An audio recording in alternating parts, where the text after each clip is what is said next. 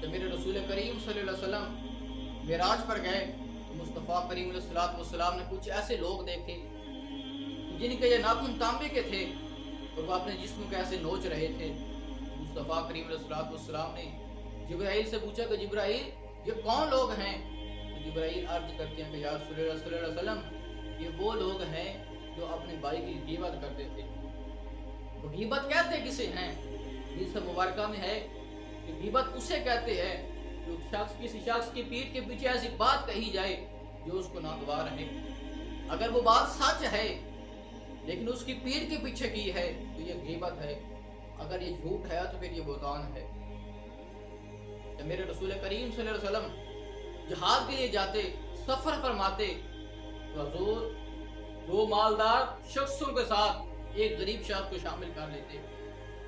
जब वो गरीब उन मालदारों की खिदमत करता, उसको खाना खिलाते वो, तो इसी तरह दोनों का काम चल जाता।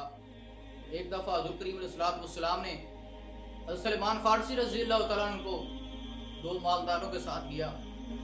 अब एक रोज़ सैयदना सलमान फारसी रज़ियल्लाहु तआला अन्हु आप सोए रहे, बेदार ना हुए, खाना तैयार ना किया। तो आप उन दोनों ने खाना को लेने के लिए, तलब करने के लिए सलमान फारसी रज़ियल्लाहु तआला अन्हु को मुस्तफ़ा करीम अलैहिस्सलाम की बारगाह में भेज दिया। जब सैयदना सलमान फारसी रज़ियल्लाहु तआला अन्हु हुज़ूर की बारगाह में जाते हैं तो हुज़ूर के खादिम हज़रत उसामा बिन ज़ियाद रज़ियल्लाहु तआला अन्हु वो फरमाने लगे कि मेरे पास कुछ नहीं है खाने के लिए, आप वापस आ जाते हैं। और उन दोनों को वो बात बताई, वो दोनों कहने लगे तो उसामा ने बुखल किया है। जब उन्होंने ये बात कही, जब वो दोनों मुस्तफ़ा करीम अलैहिस्सलाम की बारगाह में आए, मेरे मुस्तफ़ा फरमाने लगे कि मैं तुम्हारे मुंह से गोश्त जो है वो रंगा देख रहा हूँ। वो आज करते हैं कि या रसूल अल्लाह हमने तो गोश्त खाया नहीं है। मेरे मुस्तफ़ा ने फरमाया कि तुमने गिबत नहीं की। जो किसी की गिबत करता है वो ऐसी है कि उसने अपनी मुर्दा भाई का गोश्त खाया। इसीलिए अल्लाह रब्बुल इज्जत ने कुरान करीम में इरशाद फरमाया है जो गिबत करता है वो अपने मुर्दा भाई का गोश्त खाता है। और गिबत करने वाला जो है आज हमारे इस मुआशरे के अंदर मुफ्ती जो है वो इमाम की गिबत करता है। उसी इमाम के पीछे नमाज पढ़ी, नमाज पढ़ने के बाद जब मस्जिद से बाहर निकलता है तो गिबत करनी शुरू कर देता है।